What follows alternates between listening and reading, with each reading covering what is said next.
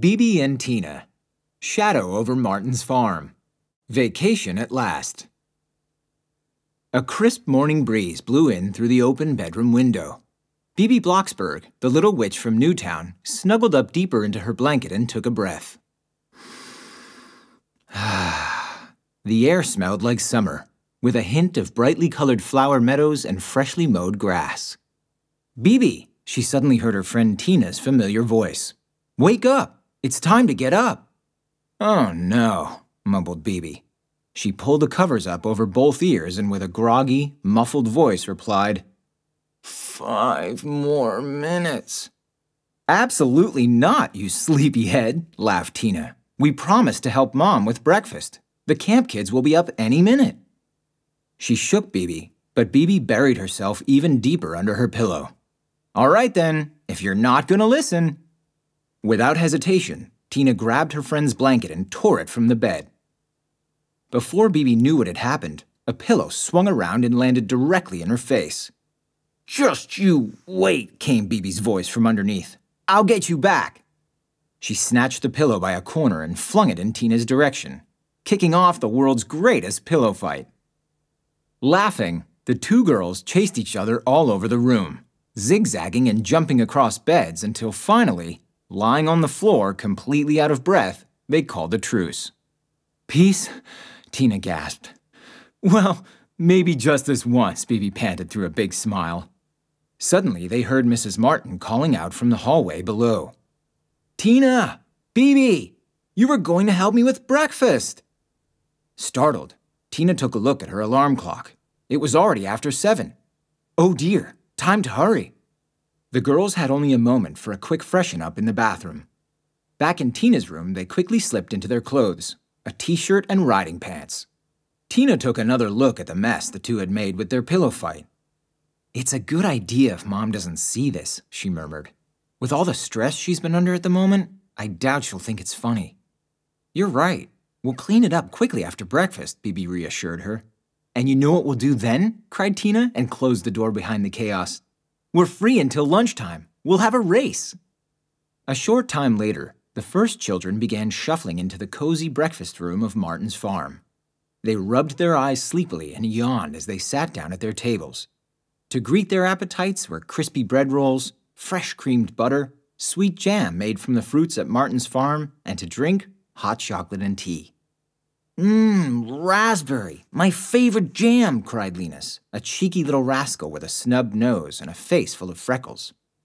"Hey, I want some of that," demanded his little sister Lena. "Don't argue, there's plenty," laughed Tina. "Good morning, everyone." The voices quickly hushed when Tina's brother Roger entered the room. Everyone happily returned his greeting as Roger turned to the older ones in the group. "Well, who's going to take part in the show jumping today?" Almost before Roger had finished his question, the girls in the group raised their arms in a flash and shouted, "Me, me!" The 18-year-old blonde Roger was very popular with the girls, but the boys also liked him. He was a fantastic riding instructor, and there was no one among the other children who did not want to take part in Roger's jumping lessons. Bibi and Tina had come up with something very special for the younger ones. After lunch, they wanted to take them all on a 2-day excursion. Since they wanted to camp nearby, Roger would be able to check in on them from time to time. The plan was that those who had never sat on a horse before could ride in the big wagon, which was pulled by the ponies Max and Moritz. The remaining children would ride the other ponies, and Bibi, Tina, and Alex would of course ride on their horses. Their destination would be the old mill, where they would spend the night in tents on the bank of the mill pond. Tina was really looking forward to the trip. She and Bibi always had great fun looking after the children at camp. This time, however, the anticipation was immense, because her friend Alexander von Falkenstein would be there. So the day's schedule for the children, big and small, was set. After everyone had finished eating, Bibi and Tina cleared the tables and dashed up to their room. On a mission, they quickly cleared away the chaos and raced back down the stairs with riding helmets in hand. Tina went with Bibi to the office to say goodbye to her mother before they set out. The door was slightly ajar and the two girls could hear Mrs. Martin talking on the phone. Her voice was louder than usual and sounded a bit strained. When she had hung up, Tina asked, "Who was that, Mummy? You sounded kind of annoyed." Mrs. Martin hesitated to reply. "Oh, I'm probably just overreacting a little bit," she began. "That was the secretary of a building contractor. His name is Jake Overland, and he's not able to find a place for his daughter Fiona in the country club where she usually stays during the summer. Since he can't take care of her with all his important meetings, his secretary has been calling everywhere and finally came upon us." "This Fiona usually goes to country clubs?" asked Bibi. "Those posh places where they only have purebred Arabians to ride and the girls sleep in single rooms?" "Well, something like that," said Mrs. Martin. "And I don't want her to find everything inadequate here and start spreading a bad mood. But maybe I just worry too much. Anyway, I let myself be persuaded, and Fiona will arrive here this afternoon." That was the end of the Fiona Overland conversation for Mrs. Martin, and she turned back to office work on her desk. Bibi and Tina chirped goodbye with a "see you later," and then ran out into the yard. The sun was already high in the sky, and the day was heating up, but inside the stable it was still pleasantly cool. Sabrina and Amadeus recognized the two girls by the sound of their voices and greeted them with a joyful neigh. It seemed an eternity since Bibi had seen Sabrina. She had been so late arriving at Martin's farm the night before that she didn't even get the chance to greet her favorite horse. Now Bibi cuddled and squeezed her while Sabrina gave Bibi a loving nudge with her velvety snout. The picture-perfect gray mare seemed to look forward to the ride as much as the chestnut Amadeus. Both snorted cozily when Bibi and Tina brushed and groomed them. After the two girls had saddled and bridled them, they put one foot in the stirrup and hopped up, gave a light thigh pressure, and the two horses began to move. As soon as they had left the farm gates behind them, the two friends pushed their horses into a trot. "Whoever's first to the old oak," cried Tina to her friend. "All right," Bibi called back. "You want a jacket for the breeze?" She laughed. "Giddy up, Sabrina." "Go, Amadeus, go!" cheered Tina to her stallion. Both girls dashed off at a gallop across the meadows behind Martin's farm. A Little Pink Princess.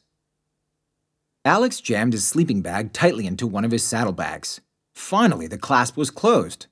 Had he now packed everything? He had packed his laundry bag and clothes for changing in the left saddlebag, under all the camping gear, and in the right bag were now the sleeping bag and his flashlight. And here were the straps for fastening the tent, and there were the— "Oh man, the tent!" Alex suddenly remembered. He'd almost forgotten the most important thing. But where was the tent? He had used it the last time he'd gone on a trail ride with his father through the Hungarian plains. But that was a while ago now. The tent was clearly not in his room. Tina liked to tease him about how ridiculously tidy it always was. Alex, on the other hand, found his sense of orderliness quite practical. And in this situation, for example, he could see at a glance that the tent wasn't lying around anywhere. It was possible his father had stowed it somewhere in the castle along with the other luggage from Hungary, though Alex didn't really feel like asking him at the moment where it could be. Count Falko von Falkenstein had been extremely tense and irritable the last few days. A reporter from Estate and Garden magazine was going to interview him for an article about Castle Falkenstein and the history of its inhabitants. The Count was well versed in his family's history, but there were a few gaps which he absolutely wanted to fill before the journalist arrived. From morning to night, he buried himself in the library, brooding over centuries-old documents, and had given strict orders that he was only to be disturbed in the event of an extreme emergency. "It's not an extreme emergency yet," Alex thought, "but if I don't find the tent quickly, it will be one soon."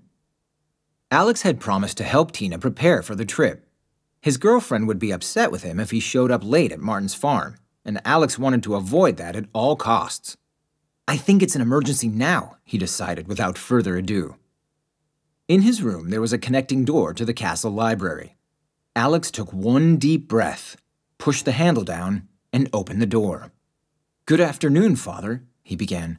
"I don't mean to intrude, but this is as far as he got. A window was open in the library as well as in Alex's room. And at once, a violent, unexpected gust of wind swept through both chambers, whisking some of the ancient documents off his father's desk and slamming the library window shut with a deafening bang. For a brief moment, both stunned and speechless, Falko von Falkenstein shot a look at the papers scattered all over the floor. "Alexander!" he roared. His face reddened with anger as he resounded, Not only am I willing to tolerate a disturbance in an extreme emergency, but now you barge in here and mess up days of precious work.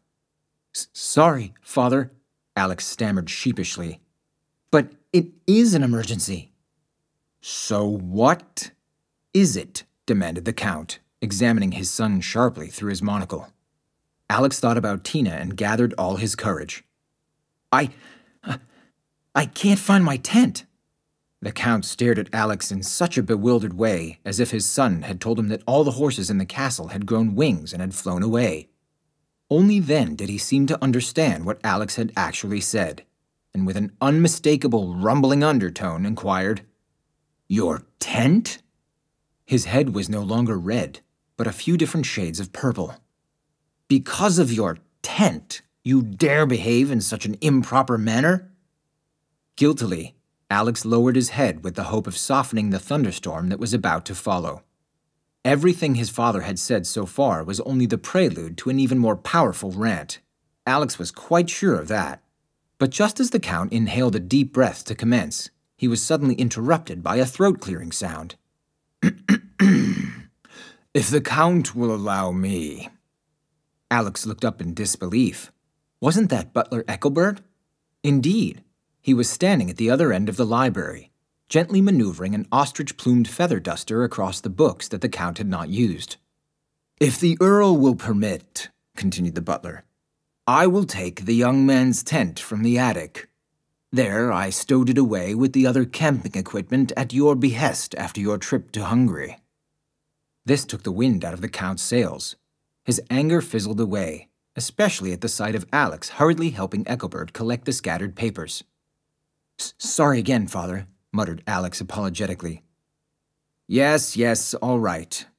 Count Falko von Falkenstein adjusted his displaced monocle and raised an index finger as a warning. "But let me emphasize once again, I will not tolerate disturbances to my work due to trivialities. And you, Ethelbert, should not be waving that thing around here either." "No, sir," said the butler with a bow. "Then why do you do it?" "Your guest arrives this afternoon, sir. You know, the historian who will assist you in your work. And since you both spend a lot of time in the library, I took the liberty—" "Oh my goodness," the Count interrupted him. "Professor Albert Cuckoo, the expert on local gentility. I'd almost forgotten him. Is he coming today already?" "After your daily nap," the butler replied. "Which, by the way, you interrupted yesterday for utterly trivial reasons," the Count began to rant again. "Without my catnap, I am unable to cope with this colossal workload." "Such a disturbance will not occur again," assured the butler. Father?" Alex interrupted the conversation. "May I go now? I really need the tent. I even plead for it, my son," cried the Count. "And you too, Ethelbert. Go, and let me do my work in peace at last. Goodbye." When the butler had pulled the door into the lock behind him, Alex breathed a sigh of relief. If he hurried with his saddle and rode at a gallop to Martin's court, he might still make it in time. Butler Ethelbert seemed to notice how Alex was in a hurry. "I will do my best, young sir," he promised, "and bring the tent down to the stable as quickly as I can." Ethelbert was simply the best, Alex thought, and then the two of them hurried away. Alex down the grand staircase to the ground floor, the butler up the spiral staircase to the west tower to the top floor. Meanwhile, Bibi and Tina were at it again in another galloping race. Tina had won the first two races, but now Bibi was ahead by a few lengths. She caught a glimpse of Martin's farm up in front of her. "This time I'm gonna win," thought the little witch, and cheered Sabrina on. "You can do it, my sweet." The gray mare snorted and charged into the final run. Bibi and Sabrina were already heading straight for the farm gate when she threw a quick glance back at her friend. They had left Tina and Amadeus far behind, and Bibi was beaming. She turned around just in time to see what was now blocking the entrance to Martin's farm. A car, parked in the middle of the courtyard entrance. "Stop!" Bibi cried frantically. At the very last second, she managed to regain control of Sabrina. The mare protested with a loud neigh and reared, nearly throwing Bibi out of the saddle. "Whoa, easy, sweetheart," Bibi whispered to her. Sabrina stood still and whinnied excitedly. Bibi bent over and patted her neck reassuringly. Everything okay, you two? Tina had seen Bibi's emergency stop and managed to gently navigate her way from a trot to a step. She came to a halt right beside Bibi and Sabrina. Amadeus snorted loudly. Tina got off and led him by the reins. I think Sabrina has recovered from the shock, Bibi noted and swung herself out of the saddle. She, too, could feel how the sudden jolt had affected her limbs. What kind of idiot parks his car in the driveway? Tina rebuked. Only now did Bibi find time to take a closer look at what had been blocking the finish line. It was a big, shiny blue luxury car. The paint was gleaming, as if it had just come out of the car wash. Bibi and Tina spotted who had parked it once they squeezed their horses in behind the farm entrance. A man stood next to the driver's door. He was small and stocky and reminded the two girls of a bulldog. His fine black suit fit perfectly despite his shape, and beside him stood a girl who looked about 8 years old and appeared to be his daughter. She was dressed in pink from top to bottom, a pink hairband, a pink silk scarf, a pink t-shirt, a pink skirt, and pink ballerinas, and everything was covered with glitter that sparkled and glistened in the sun.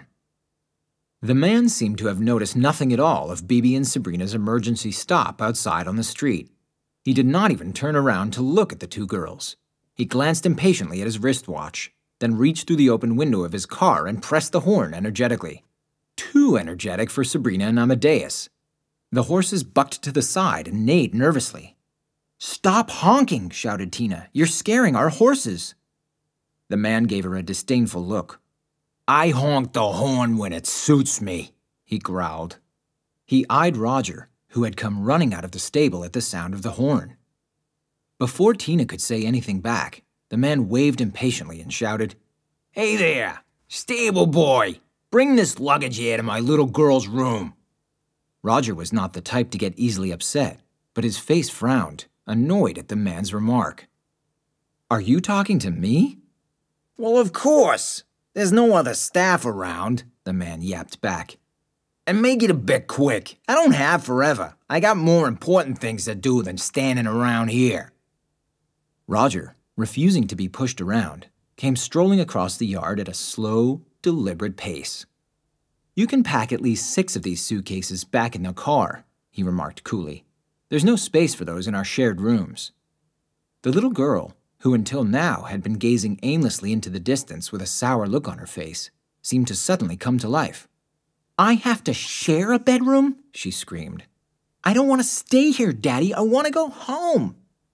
"Daddy's handling this, little princess." The man tried to calm her down. "You know I don't have time for you right now. Once I find a nice place for my new super luxury club hotel, I can take care of you again, but not before that. Until then, you have to stay here." He patted her dark curly head with his right hand, turned back to Roger, and in a businesslike tone asserted, "I'm sure we can still swing something. If I pay you double or triple what you're getting, there should be a single room available." But Roger shook his head decidedly. "Sorry, we're fully booked, and we don't make exceptions for anyone else here either." "I don't think you know who you're dealing with," the man growled. A vein in his forehead swelled menacingly. "I'm Jake Overland, building contractor, and for my daughter Fiona, there's only the best. You can be sure of that." Dark plans. Alex galloped Maharaja across the countryside and through the meadows beyond Falkenstein Castle. Once they had passed the old oak, Alex eased up the pace of his stallion, having made up for the time he'd lost at home searching for his tent.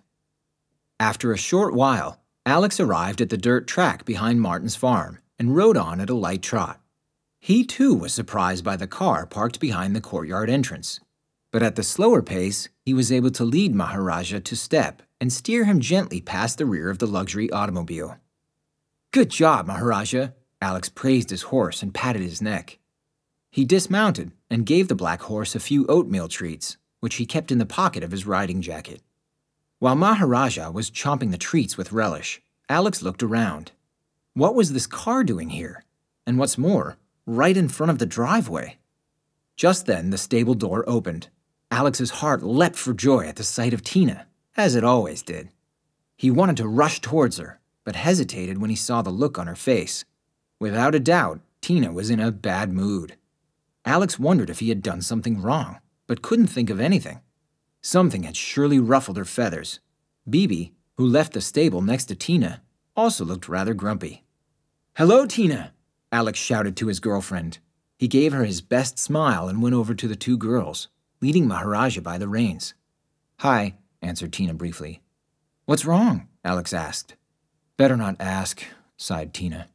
"We have a little spoiled pink princess here," explained Bibi, who had noticed the worried look on Alex's face. Then she told him about the new guest, Fiona, and her rich father, the building contractor, Jake Overland. When she first saw her room, she didn't think it was good enough. Then she didn't want to wear boots. She was wearing ballerina slippers, Tina added, shaking her head. Pink ballerina slippers at riding school? And we just picked out a horse with her, Bibi continued. Our Snoopy is a really cute pony, but... Before Bibi could get any further, a little girl's shrill voice cut through their conversation. Alex understood immediately why Bibi and Tina were in such a bad mood. "You see, Daddy? That there is a real horse, not a pony or a big old nag like that gray horse or that chestnut." The girl, who had left the stable alongside her father, pointed at Maharaja. It was all too clear who she had called Old Nag, and Alex saw Tina's expression turn ice cold. "My Amadeus is not an old nag," she hissed. "And neither is my Sabrina," Bibi added with an angry spark in her eyes. "Well, I would ride them if I had to," said Fiona snottily. "But I'm certainly not going to sit on a pony, and certainly not on a shabby circus mule like Snoopy." Bibi and Tina were already taking a breath to give Fiona a peppery answer when Roger put an end to the debate. He had been the last to leave the stable, slamming the gate loudly into the lock as he did so. "Either you ride Snoopy, or you don't ride at all," he said curtly to Fiona. "And it's time for you to get changed for the outing." The girl was not used to being talked to in this way. She threw an offended look at her father, and he reacted immediately. "I advise you to take a different tone with my daughter," he barked at Roger. He returned to Fiona and patted her hand. "I know you'd rather be at home, or at that country club you usually go to, but please don't give Daddy any trouble, okay? I'll be back soon, and if you're good, you'll get that nice pink phone you've been wanting for a long time. What do you say? Is that a good idea?" Fiona pulled a face, but nodded and followed Roger into the house without further protest. "Goodbye, my little princess," Mr. Overland called after her. In his thoughts, however, the contractor seemed to have long since left his daughter. His gaze wandered searchingly over the yard and the grounds around it. He coolly examined the surroundings as if he were quietly figuring out a math equation. "Am I closer to solving my problem than I thought?" he finally muttered. Turning to the children, he said aloud, "It's a pity that this place is not being used effectively. You could really make something out of it here." "Excuse me?" Tina protested. "Make what out of it? Are you saying Martin's farm doesn't amount to anything?" "Not if you think in my dimensions," said Jake Overland. "And in what dimensions do you think?" Alex asked carefully. "Only in the very biggest," cried the contractor. "Think about it. How many guests can this farm have? 10? 20? I'm thinking of several hundred well-paying guests, and everything should be top-notch." "We could never accommodate that many guests here," remarked Tina. "No, not at the moment," replied Mr. Overland. "But if it were up to me, then you could." Bibi became increasingly uncomfortable around the building contractor. "And what exactly is your idea?" she asked critically. Mr. Overland put on a businesslike face again. "I've long been planning a luxury country club for international clientele. I think this would be the perfect place for it, but you'd really have to clean it up properly. The country house, for example, isn't so bad," he said, pointing to the main house. "The framework of the building can be preserved. Some people really like that rustic feel. But of course the entire thing has to be rebuilt and integrated into a modern hotel complex." Bibi, Tina, and Alex could hardly believe what they heard. But if they had thought that Mr. Overland was at the end of his speech, they had been mistaken. He was just getting started. "The stables must be completely removed," he continued, animated. This is a wrecking ball case. We'll put a state-of-the-art spa there with everything from thermal baths and saunas to a massage center. But the highlight is, of course, this landscape. It's made for an exclusive golf course. I can see it already." The three friends stared at each other, dumbfounded. Bibi was the first to find her words. "Then," she began, but had to clear her throat. "Then we can be glad that Martin's farm isn't yours." "Not yet," Mr. Overland smiled arrogantly. "But that shouldn't be a problem. I'll talk to the current owner as soon as possible. I finally found what I've been looking for so long." "The current owner won't even give you the time of day," Alex retorted. "He's my father, Count Falko von Falkenstein, and our family doesn't just happen to own this land now, but has for over the past 750 years. This land is our heritage." This made no impression on Mr. Overland whatsoever. "Count Falko von Falkenstein, eh?" he murmured. "I'd better pay him a visit right away." With these words, he simply left the three children and walked over to his car. "Oh, I'd like to flatten all his tires," cried Bibi, who was now boiling with rage. "Or I'll turn him into a frog, or better yet, an earthworm. Eeny, meeny, slimy germ, once a builder, now a—" Tina snapped out of her daze when she heard the spell. "Stop, Bibi," she interrupted. "Besides, we can rest easy," Alex said. "My father would never sell the land to that loser, even if he gave him all the money in the world." The construction lion roars. Jake Overland revved his car at breakneck speed along the country road. He always drove much too fast, but now that he could smell success, envisioning his building plans for Martin's farm, he pushed down even harder on the accelerator. "This Martin's farm is a gold mine," he thought. If one did it right, and he was convinced that he had always done everything right in his life, one could make an absolute fortune. If only this Count would play along. But he would. Certainly this Falkenstein fellow was not only a nobleman, but also a clever businessman. With his racing momentum, the contractor almost missed the exit leading to the castle. He swung the steering wheel around and peeled into the turn with squealing tires. The road wound up the hill in sharp, S-like curves. At the last one, Jake Overland spotted the castle with its high towers and battlements. Anyone else who saw it for the first time was struck by the fairy tale sight with an admiring "ooh" and "ah." But it seemed to make no impression whatsoever on Mr. Overland. The first challenge, thought the contractor, was likely to get permission to see the Count at all, seeing as how the majority of servants always acted like the toughest of guard dogs. Once he had made it past the first hurdle, the contractor knew from experience that he'd have to pay extra attention to striking up the right tone with the Count. So far in his career, that hadn't been a problem. When it came to business, he always found the right words. He was in his element. "This time won't be any different," he thought, as he headed for the castle gate at far too fast a pace. "I've already got the Martin farm practically in my pocket. It would be absurd if that run-down, pathetic riding stable couldn't be turned into a luxury vacation resort for international jet-setters. We'd all make a killing in profits." Mr. Overland shot through the gate in his luxury sedan and with a swift yank on the emergency brake, came to a skidding stop directly in front of the castle stairs.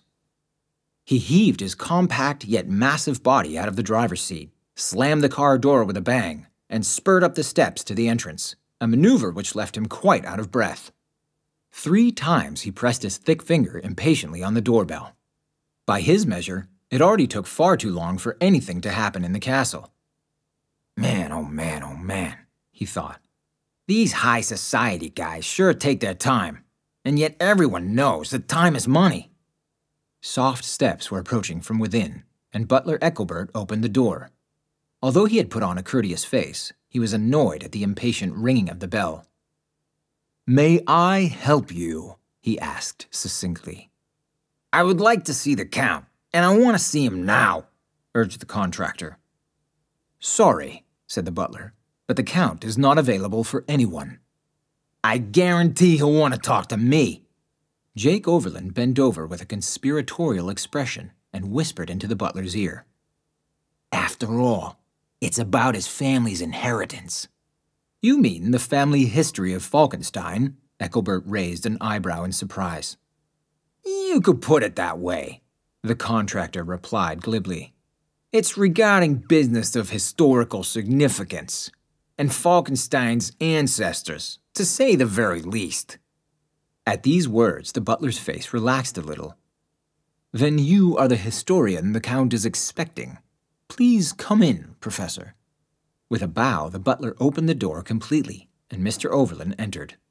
It seemed a bit awkward to him that he was now considered a historian, but it was for the best. He had cleared the first hurdle and was admitted to the Count. If you will please follow me. The Count is in the library, said the butler, and walked gracefully through the hall. On the first floor, Butler Ethelbert knocked on the library door, and after an energetic, "Come in," he opened it.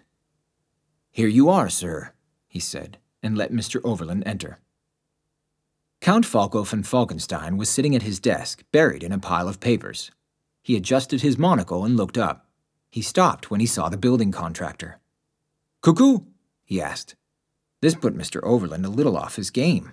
He had definitely met some quirky gentlemen during his professional career, but nobody had yet greeted him with cuckoo. "So, he began, stammering. But then he pulled himself together and called out with a cheerful businessman's smile. "Yeah, cuckoo. I guess I'd better get right to the point. It's about Martin's farm." And at once the words gushed out of him. Just a moment ago, the Count had been reading a complicated medieval document composed in Latin. The sound of his butler knocking on the door had brought him back several hundred years into the present. Now there was someone standing in front of him who did not look at all like how he had imagined Professor Albertus Cuckoo. And what was he ranting about? This robust little man spoke without a single period or comma, and thus far the Count only gathered that it was obviously something about Martin's farm. "Please, not so fast," he interrupted him. "You must take into account my limited historical knowledge."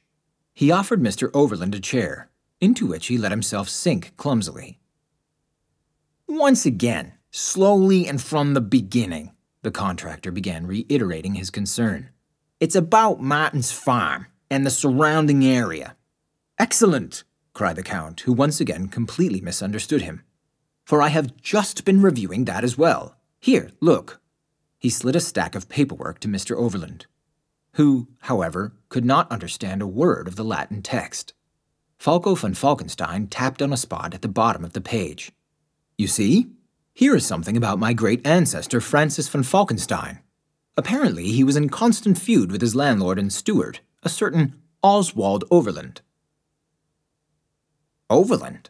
Could even be an ancestor of mine," the contractor chuckled.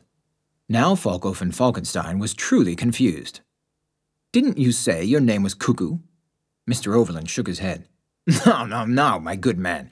You said Cuckoo, and then I said Cuckoo. But my name is Overland. I'm a building contractor, Jake Overland." "A contractor, are you?" asked the Count, his face grimacing. "What do you want from me?" Mr. Overland looked at him with bewilderment. "Well, I just told you. I'm here to buy Martin's farm from you." For a moment there was silence. Then the corner of Falko von Falkenstein's mouth began to twitch, until he finally burst into resounding laughter. "Buy Martin's farm!" he cried, tears welling in his eyes from continued laughter. "Martin's farm! Buy Martin's farm from me!" Mr. Overland shifted back and forth in his chair, unsettled. What was so funny? He had made the Count a normal business offer, and now the entire situation seemed somehow upended. He was right about that. After Count Falko von Falkenstein had finished dabbing the tears from the corners of his eyes with a handkerchief, his face suddenly became hard and dismissive. "I think our conversation is over," he stated coolly. "Ethelbert will escort you to the door." Yes, but, the contractor stammered. "Fare thee well, Mr. Underland," bid the Count. "My name is Overland," protested the contractor. Falko von Falkenstein stood up with a stern expression on his face, and Mr. Overland stood up too. "You really should reconsider my proposal." He made one last attempt to change the Count's mind. "There is nothing to think about, Mr. Underland." "Overland!" "Whatever." Falko von Falkenstein was now really upset. "I'll never sell my family's land, neither to an upper, under, or otherwise. And now, adieu." With this, he turned away from the contractor and rang for the butler, who appeared almost immediately. Before he could finish his usual, "Your wish?" Count Falco cut him off angrily. "Ethelbert, is it so difficult to remember the few instructions I gave? First, do not dust in the library. 2, do not disturb my nap. And 3, do not let anyone in except Professor Cuckoo. That can't be so difficult, you nincompoop." "Excuse me, sir," offered the butler apologetically, "but I assumed that this gentleman—" "You will now escort this gentleman to the door, and then I don't want to be disturbed any further," thundered the Count. Mr. Overland did not quite understand what exactly had gone wrong during the conversation. At the moment, he knew only that the Count had rebuffed him. Him, contractor Jake Overland. He, who had never been treated so condescendingly in his life. What was the Count thinking? An irrepressible rage rose in him, and a vein in his temple began to throb menacingly. Before he left the library, he turned once more to the Count, who had already sat back down at his desk. You arrogant fop!" roared the construction lion. "You'll be hearing from me!"